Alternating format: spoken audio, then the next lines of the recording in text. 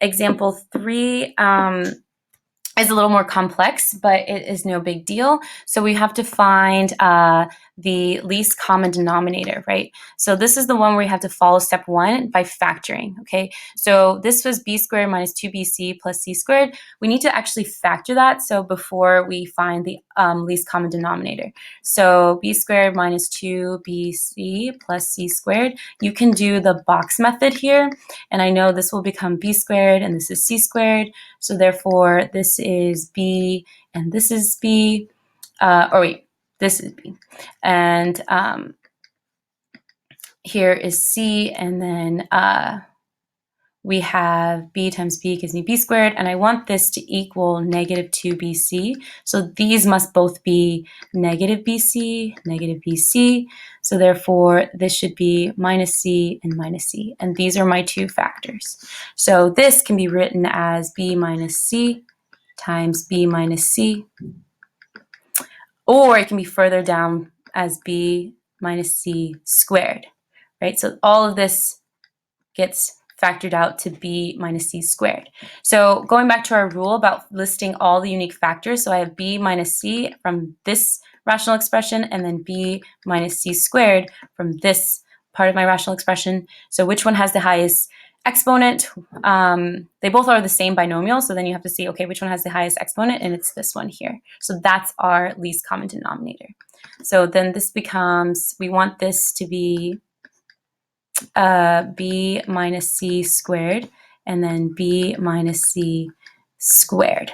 Now, this is equivalent to this, so we don't have to change anything. That's already has the highest or the least common denominator. So then here I want this to be b minus c squared, or b minus c squared. So in this case, I would need to multiply this times another b minus c.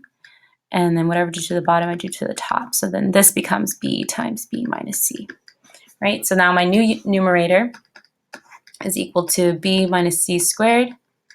And I have b squared minus, and just to keep my colors consistent, b minus c. Okay, then you can do your scratch work. And I have b squared minus b times b minus c. I can distribute the b, and I get b squared minus or plus bc. And then I'll notice that b squared minus b squared will give me 0. So then I'm just left over with bc. So then my final answer is going to be bc over b minus c squared. Okay.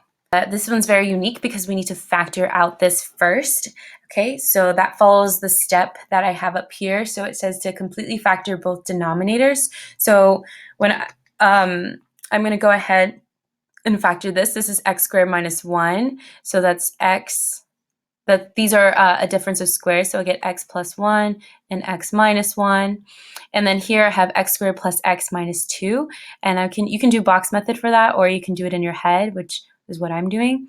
And so then this will become plus 2 and minus 1, right? So these are the factors of our denominators. So you can go ahead and list them here for the least common denominator. So we have x plus 1 and then x minus 1 as one set, and then x minus 1 and then x plus 2. Now, to find the least common denominator, we need to identify all the unique factors, and then any of those that have the highest exponent will include that, okay? So what I mean by that is, like, well, I only have x plus 1, so therefore x plus 1 will be part of my least common denominator. It's one of the unique ones. And then I have x minus 1 twice, but there's not one with like squared, for instance, so therefore I just have to write this.